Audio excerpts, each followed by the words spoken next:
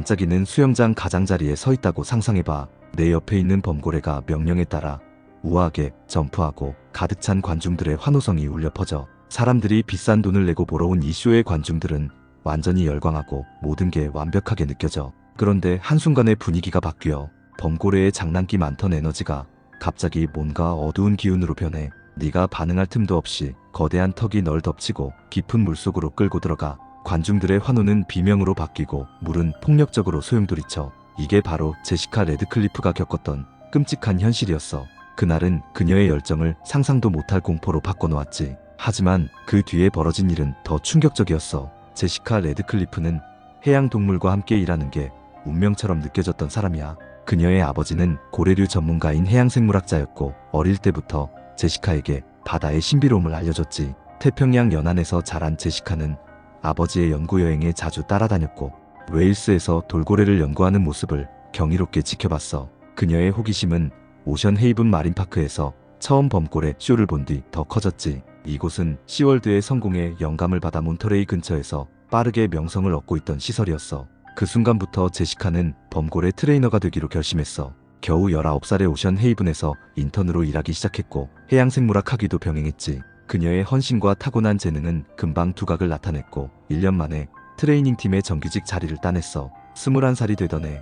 제시카는 또래 중에서도 드물게 오션 헤이븐에서 가장 크고 인기 많은 범고래 말로의 수석 트레이너가 되었지. 길이 22피트, 무게가 거의 12,000파운드에 달하는 말로는 오션 헤이븐의 중심이었고 주 6회 열리는 범고래 쇼마다 수천 명의 관객을 끌어모았어. 제시카와 말로의 유대는 특별해서 동료들 중 많은 이들이 둘의 특별한 관계를 인정했지. 다른 트레이너들은 말로가 다루기 어렵다고 느꼈지만 제시카와 함께 있을 때만큼은 말로가 놀라울 정도로 협조적이었어. 하지만 점점 불길한 징조가 나타나기 시작했어. 말로가 먹이 시간에 공격적으로 변하고 명령을 거부하거나 꼬리로 수조벽을 세게 치는 등 이상 행동을 보이기 시작한 거야. 한 번은 먹이 시간에 트레이너에게 달려들어 그가 간신히 수조에서 뛰어나와야 했던 적도 있었지. 그런데 제시카와 있을 때만큼은 말로가 항상 차분하고 협조적이었어. 그녀가 말로를 특별하게 다룰 수 있다고 믿은 경영진은 다른 직원들의 우려에도 불구하고 말로가 나오는 모든 쇼를 제시카가 맡도록 결정했어. 어느 날 오션 헤이븐에는 수많은 관람객이 몰렸고 가족 단위의 관객들이 자리를 가득 채웠지. 아이들은 솜사탕을 꼭 쥔 채 쇼를 기다렸고 설렘이 가득했어. 사회자의 목소리가 스피커를 통해 울려 퍼지며 제시카와 말로를 소개하자 관중들은 엄청난 박수로 환호했어. 제시카는 자신감 넘치는 모습으로 무대에 올라 밝게 미소를 지으며 관객들에게 손을 흔들었고 말로에게 신호를 보냈지. 공연은 순조롭게 시작됐고 말로는 제시카의 지시에 따라 완벽하게 동작을 해냈어. 말로의 거대한 등지느러미가 물을 가르며 움직일 때마다 명령을 한치의 망설임 없이 따랐지. 말로가 거대한 몸을 물 밖으로 솟구치게 점프한 뒤 물보라를 일으키며 다시 떨어지자 관객들은 열광했어. 앞줄에 앉은 아이들은 물벼락을 맞으며 깔깔 웃었고 부모들도 박수치며 둘의 유대감에 감탄했지. 피날레는 제시카가 말로와 함께 수조에 들어가 함께하는 모습의 수영을 선보이는 시그니처 무대였어.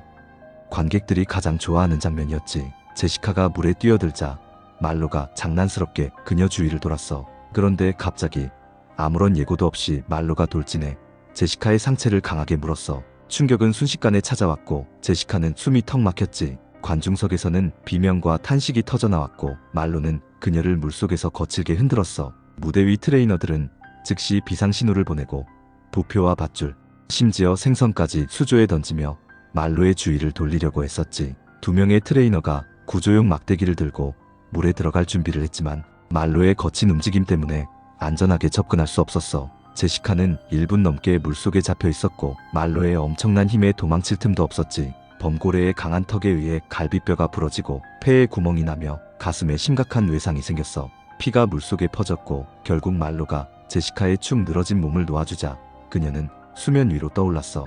구조 다이버들이 몇 초 만에 제시카를 수조 밖으로 끌어냈지만 이미 너무 심각한 부상이었어. 수영장 데크에서 심폐소생술을 시도했지만 소용없었고 현장에서 사망 판정을 받았지. 부검 결과 심각한 둔상과 익사가 원인이었어. 이 끔찍한 광경이 벌어지는 동안 직원들은 관중들을 긴급 대피시켰고 부모들은 아이들의 눈을 가리며 울부짖었어. 어린 관람객들은 충격에 휩싸였고 몇몇 가족들은 급히 자리를 떴으며 어떤 이들은 그 자리에서 얼어붙은 채 현실을 받아들이지 못했지. 이 비극은 오션 헤이븐은 물론 해양공원 업계 전체에 충격을 안겼어. 제시카는 공원에서 가장 유능하고 동물에 대한 애정이 깊은 트레이너로 인정받았고 말로와의 유대도 남달랐지. 그녀의 죽음은 모두에게 큰 의문을 남겼어. 어떻게 이런 비극이 그 누구보다 범고래와 가까웠던 사람에게 일어날 수 있었을까? 정말 말로의 야생 본능이 갑자기 폭발한 걸까? 아니면 공원이 미리 경고 신호를 무시한 걸까? 동료들과 관람객들은 제시카를 헌신적인 트레이너로 기억하며 그녀의 인생은 바다동물에 대한 사랑으로 가득했다고 추모했어. 가족들은 바닷가에서 조용히 추모식을 열었고 그녀의 열정과 용기 그리고 말로에 대한 헌신을 기억했지. 하지만 그녀의 죽음은 분노와 논란도 불러일으켰어. 오션 헤이븐이 더 예방할 수는 없었을까? 말로의 이상 행동을 더 심각하게 받아들였어야 했던 건 아닐까? 그리고 가장 중요한 질문, 범고래를 포획해 키우는 게 옳은 일인가? 사건 이후 오션 헤이븐 마린파크는 영구 폐쇄됐고 말로는 워싱턴주 해안에 새로 마련된 해양보호구역으로 옮겨졌어. 그곳에서 그는 더 넓은 바다에 가까운 환경에서 최소한의 인간 접촉만 하며 남은 생을 보내게 됐지. 물론 진짜 바다만큼 자유롭진 않지만 적어도 공연의 압박에서 벗어나 조금이나마 자연스럽게 살 수 있게 된 거야. 제시카의 비극적인 죽음은 범고래와 함께 일하는 위험성을 세상에 알렸어. 하지만 만약 다음 희생자가 트레이너가 아니었다면 상상만 해도 끔찍한 상황이 벌어질 거야.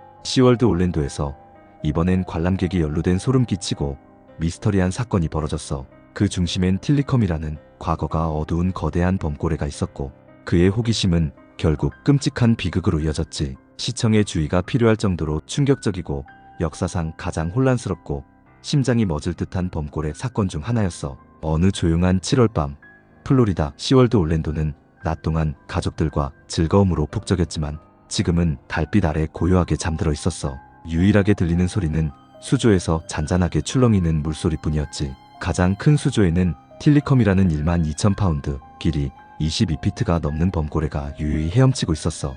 그의 거대한 몸집과 뚜렷한 흑백 무늬는 보는 이들에게 경외감을 주었고 표면 아래 숨겨진 거친 힘을 암시했지. 하지만 이 고요함은 곧 깨질 운명이었어. 뜻밖의 침입자가 등장했거든. 다니엘 듀쿠스라는 27세의 방랑자였어. 그는 마약 문제와 잦은 경범죄 체포로 얼룩진 복잡한 과거를 가진 인물이었지. 하지만 이웃들에게는 노숙자에게 음식을 나누고 동물을 돌보는 착한 영혼으로도 알려져 있었어. 반면 충동적이고 불안정한 행동도 자주 보였지. 한 번은 자신이 집착하던 게임 울티마의 제작자 리처드 게리엇의 집에 침입해서 총소리에도 도망치지 않고 침실로 들어가 옷을 벗고 침대에 누웠다가 경찰에 체포된 적도 있었어. 운명의 날이 오기 전에도 듀크스는 또다시 체포됐고 시월드에서 이상하게 행동했다는 목격담도 있었어. 대부분의 방문객들이 범고래를 단순한 볼거리로 여겼지만 듀크스는 이들을 영적인 존재로 봤고 그 믿음이 그를 위험에 빠뜨렸지. 사건 당일 다니엘 듀크스는 평범한 손님처럼 시월드에 입장했어. 그는 공원을 돌아다니며 구경했지만 유독 범고래 수조에서 눈을 떼지 못했지. 다른 방문객들이 사진을 찍고 떠날 때도 그는 틸리컴을 뚫어지게 바라보며 자리를 떠나지 않았어. 해가 지고 사람들이 하나둘 떠나자 듀크스의 행동은 점점 집요해졌어. 수조 주변에는 경고 표지판과 울타리가 있었지만 그는 물러설 생각이 없었지. 자유에 대한 갈망이었을까? 아니면 범고래와 더 깊은 연결을 꿈꿨던 걸까? 그의 의지는 확고했어. 마침내 공원이 문을 닫고 마지막 손님들이 떠나자 듀크스는 홀로 남았어. 어둠이 깔린 공원에서 그는 조용히 움직였고 경비의 눈을 피해 틸리컴의 수조로 향했지. 희미한 조명 아래 거대한 수조가 그림자처럼 드리워져 있었고 기계 소리와 물소리만이 들렸어. 모든 게 시작되기 전에 기묘한 고요함이었지. 수조 가장자리에 선 듀크스는 속옷만 남기고 옷을 벗었고 차가운 밤 공기를 느끼며 망설임 없이 울타리를 넘어 물속으로 들어갔어. 수면이 잠깐 일렁이다 곧 고요해졌지. 하지만 듀크스는 몰랐어. 틸리컴은 결코 잠들지 않았다는 걸. 물속에서 그는 이미 이상한 기척을 감지하고 있었지. 오랜 포획 생활로 야생과의 연결은 약해졌지만 본능만큼은 남아있었어. 틸리컴의 거대한 몸집이 조용히 물을 가르며 다가왔고 검은 눈동자는 수면 위에 듀크스를 응시했어. 처음엔 듀크스도 조심스럽게 물에 떠 있었지만 수조는 밖에서 본 것보다 훨씬 깊고 어두웠지. 그가 떠다니는 사이 거대한 그림자가 아래에서 다가왔어. 틸리컴의 존재감은 압도적이었고 그는 조용히 정확하게 접근했지. 듀크스는 위험을 알아차릴 틈도 없이 공격을 당했어. 틸리컴이 기관차처럼 위로 치솟아 엄청난 힘으로 듀크스를 들이받았지. 그 충격에 갈비뼈가 부러졌고 12,000파운드의 힘 앞에 그는 속수무책이었어. 살아남을 수 없는 상황이었지. 물은 순식간에 소용돌이쳤고 틸리컴의 턱이 듀크스의 급소를 물었어. 강한 힘으로 그를 수면 아래로 끌고 들어갔고 물은 거칠게 소용돌이쳤지. 틸리컴의 행동은 본능과 공격성이 뒤섞인 듯했어. 몇 초 만에 물은 다시 고요해졌고 듀크스의 몸이 힘없이 떠올랐어. 틸리컴은 그 곁을 맴돌며 무슨 일이 일어났는지 이해하려는 듯 몸을 툭툭 건드렸지. 다음 날 아침 트레이너들이 출근해 수조를 확인하다가 끔찍한 광경을 목격했어. 듀크스의 시신이 수조에 떠 있었고 부상은 심각하고 명백했지. 틸리컴의 거대한 턱 자국과 엄청난 힘이 남긴 상처들이었어. 소식은 빠르게 퍼졌고 사람들은 충격에 빠졌지. 듀크스가 어떻게 경비를 뚫고 수조에 들어갔는지, 왜 그런 행동을 했는지에 대한 의문이 쏟아졌어. 조사 결과 그의 행동에는 방랑벽과 위험한 호기심이 뒤섞여 있었던 것으로 드러났지. 틸리컴의 역할은 다시 논란의 불씨를 지폈어. 이 범고래는 이미 여러 번 사고를 일으킨 전력이 있었거든. 비평가들은 오랜 포획 생활이 그를 공격적으로 만들었다고 주장했고 한때 위험 넘치던 포식자가 언제 터질지 모르는 시한폭탄이 됐다고 했지. 시월드에게 이 사건은 엄청난 홍보 재앙이었고 동물보호 운동가들은 틸리컴의 폭력적 이력을 근거로 포획의 위험성을 다시 강조했어. 하지만 분노와 논란 속에서도 왜 듀크스가 그런 무모한 행동을 했는지에 대한 본질적인 질문은 나왔지. 틸리컴의 수조가 다시 고요해질 때 그날 밤의 공포는 우리에게 잊지 못할 교훈을 남겼어. 진짜 비극은 공격이 시작되기 훨씬 전 이 웅장한 동물들이 야생에서 잡혀와 공연, 동물로 살아가게 된 순간부터 시작된다는 사실이지. 이런 포획의 결과는 겉으론 잘 드러나지 않지만 때론 너무도 참혹한 결말을 맞게 해. 나무라는 이름의 범고래 이야기. 틸리컴보다 훨씬 이전 나무라는 범고래가 이런 가슴 아픈 현실을 처음으로 세상에 알렸어. 1965년 브리티시 컬럼비아의 작은 마을 근처 바다에서 어린 범고래 한 마리가 거대한 연어 그물에 걸려 바다에서 끌려 나왔지. 그의 이름은 나무였고 곧 범고래 포획 역사상 가장 논란 많은 주인공이 되었어. 나무는 시일포드, 즉 태평양 북서부에서 수백 년간 번성해온 북부 거주 범고래 무리의 일원이었어. 하지만 운명은 그에게 가혹하게 다가왔지. 어부 윌리엄 로비가 발견한 나무는 시애틀 해양 수족관의 주인 테드 그리핀에게 팔렸어. 그리핀은 단순히 범고래를 전시하는 데 그치지 않고 그를 대형 쇼의 스타로 만들어 큰돈을 벌 생각이었지. 이렇게 해서 나무의 비극적인 여정은 시작됐어. 시애틀에 도착한 나무는 곧 그리핀 수족관의 스타가 되었어. 세상은 처음으로 살아있는 범고래를 가까이에서 볼 기회를 가졌고 그의 장난기, 많은 행동과 거대한 몸집, 그리고 그리핀과의 친밀한 교감은 범고래가 언론에서 묘사하던 위험한 야생동물이 아니라 온순한 거인일 수도 있다는 인식을 심어줬지. 나무의 존재는 대중의 인식을 바꾸는 계기가 되었고 동시에 한때의 두려움의 대상이었던 범고래가 이제는 모두가 사랑하는 상징이 된 거야. 하지만 대중이 보지 못한 건 나무가 이 새로운 명성을 얻기 위해 치러야 했던 대가였어. 인기가 높아질수록 나무에게 요구되는 공연 압박도 커졌지. 이제 나무는 시애틀 피어 56의 좁은 누리에 갇혀 매일 자연과는 거리가 먼 일상을 견뎌야 했어. 매일 400파운드의 연어를 먹었지만 갇힌 생활은 그의 건강을 망가뜨렸지. 한때 광활한 바다를 누비던 위대한 범고래는 이제 그저 구경거리로 전락했어. 그래도 나무와 그리핀의 유대는 부정할 수 없었어. 때로는 텔레파시 같다고 느껴질 만큼 둘의 교감은 수백만 사람들의 상상력을 자극했지. 하지만 대중이 몰랐던 건 나무에 갇힌 삶 뒤에 감춰진 어두운 현실이었어. 1966년 영화 나무, 내 가장 친한 친구가 개봉하기 직전 나무는 세상을 떠났어. 같은 해에 개봉한 영화는 한 남자와 영웅적인 범고래의 따뜻하고 이상적인 우정을 그렸지. 해양생물학자 행크 도너가 태평양 북서부 해안에서 부상당한 범고래, 즉 나무를 발견하고 지역 어부들이 범고래를 위협으로 여기며 해치려 하자 행크가 나무와 함께 수영하며 그가 평화로운 존재임을 증명하는 내용이야. 결국 동물과 마을 모두의 신뢰를 얻는다는 이야기였지. 이 영화는 범고래에 대한 대중의 인식을 바꾸는데 큰 역할을 했어. 범고래를 두려움의 대상이 아니라 보호해야 할 장엄한 존재로 그렸지. 하지만 그 이면에서 나무의 삶은 훨씬 더 어두웠어. 부검 결과 그는 여러 질병에 시달리고 있었고 박테리아 감염, 피부병, 그리고 엘리언만에서 옮겨온 뒤에는 하수 유출로 인한 위장 감염까지 겪고 있었어. 나무의 죽음은 그가 겪은 고통 때문만이 아니라 인간의 호기심이 초래한 숨겨진 결과를 드러냈기 때문에 더 비극적이었지. 영화는 나무와 인간의 우정을 아름답게 그렸지만 실제로 그의 삶은 전혀 이상적이지 않았어. 나무는 좁은 우리에 갇혀 가족과 떨어져 지냈고 남을 즐겁게 하기 위해 억지로 공연을 해야 했지. 영화 개봉은 나무의 삶을 기념하는 축제가 되었어야 했지만 오히려 그의 죽음이라는 고통스러운 현실에 가려졌어. 나무의 죽음 이후 대중의 슬픔은 엄청났고 수천 명이 그를 애도했어. 하지만 동시에 범고래를 가두는 윤리에 대한 중요한 논의가 시작됐지. 이후 몇 년간 세상은 인간의 오락을 위해 이런 웅장한 동물들이 고통받는 게 과연 정당한지 의문을 품기 시작했어. 나무를 친구로 여겼던 테드 그리핀도 자신의 행동에 대한 책임을 고민해야 했지.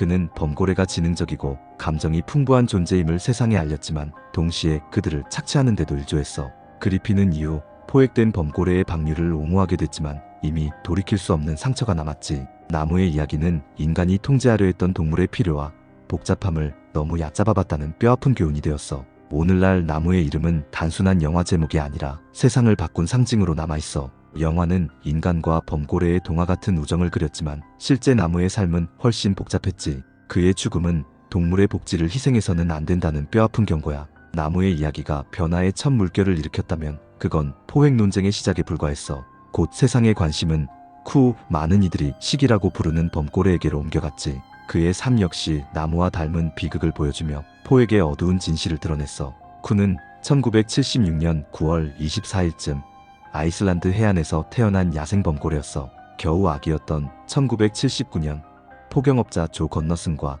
그의 팀이 쿠의 가족을 습격했지. 오랜 세월 북대서양을 누비던 쿠의 무리는 산산조각 났고 쿠는 겨우 3살에 잡혀갔어. 그는 아이슬란드의 작은 수족관으로 보내졌고 가족과 바다에서 멀리 떨어진 곳에서 시기 그리고 나중엔 쿠라는 이름을 얻게 됐지. 쿠의 포획 초기 생활은 고통 그 자체였어. 아이슬란드 외딴 마을의 테마파크에 있는 작은 탱크는 고향의 넓은 바다와는 비교도 안 됐지. 시간이 흐를수록 쿠의 환경은 더 나빠졌고 좁은 공간은 그의 본능과 행동을 충족시켜주지 못했어. 수년간 쿠는 관객 앞에서 묘기를 부리며 야생과는 전혀 다른 삶을 살아야 했지. 겉으로는 쇼가 즐거워 보였지만 뭔가 심각하게 잘못됐다는 느낌이 들었어. 쿠는 집에서 멀리 떨어져 건강이 악화됐고 방류를 요구하는 목소리도 커졌지. 1982년 아이슬란드 생활을 마친 쿠는 캐나다 온타리오의 마릴랜드로 팔려갔어. 더 큰 시설에서 더 많은 관객 앞에 서게 됐지만 고난은 계속됐지. 그의 피부는 스트레스로 상처가 생기고 수질 문제로 악화됐어.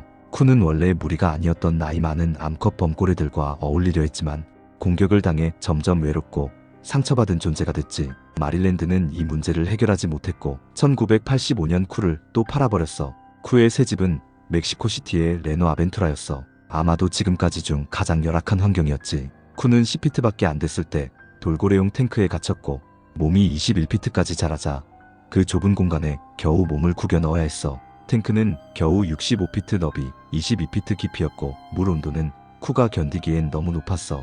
염소가 잔뜩 들어간 물은 피부를 자극했고 비용을 아끼려고 천연 해수 대신 인공 소금물을 썼지. 건강이 나빠져도 쿠는 하루 5번씩 공연을 강요받았어. 그는 돈을 벌어주는 상품이었지만 그 대가는 건강 악화였지. 그런 환경에서도 쿠는 온순함을 잃지 않았어. 오랜 포획 생활에 마음이 부서졌지만 여전히 놀라운 회복력과 따뜻함을 보여줬지. 1993년 쿠의 인생은 완전히 바뀌었어. 바로 영화 프리윌리의 주인공이 된 거야. 이 영화는 제시라는 소년이 포획된 범고래 친구 윌리를 자유롭게 해주려는 감동적인 이야기였지. 쿠가 연기한 윌리는 전 세계 관객들에게 희망과 자유의 상징이 됐어. 영화의 메시지는 강렬했고 의견도 분분했지. 많은 이들에게 프리윌리는 인간과 동물의 우정을 기리는 감동적인 이야기였고 범고래에 대한 관심과 존경을 불러일으켰어. 하지만 일부는 이 영화가 오히려 착취를 드러낸다고 비판했지. 진짜 포획 범고래를 자유 이야기의 주인공으로 쓴 게 역설적이고 오락을 위해 지능적인 동물을 가두는 윤리를 다시 생각하게 했거든.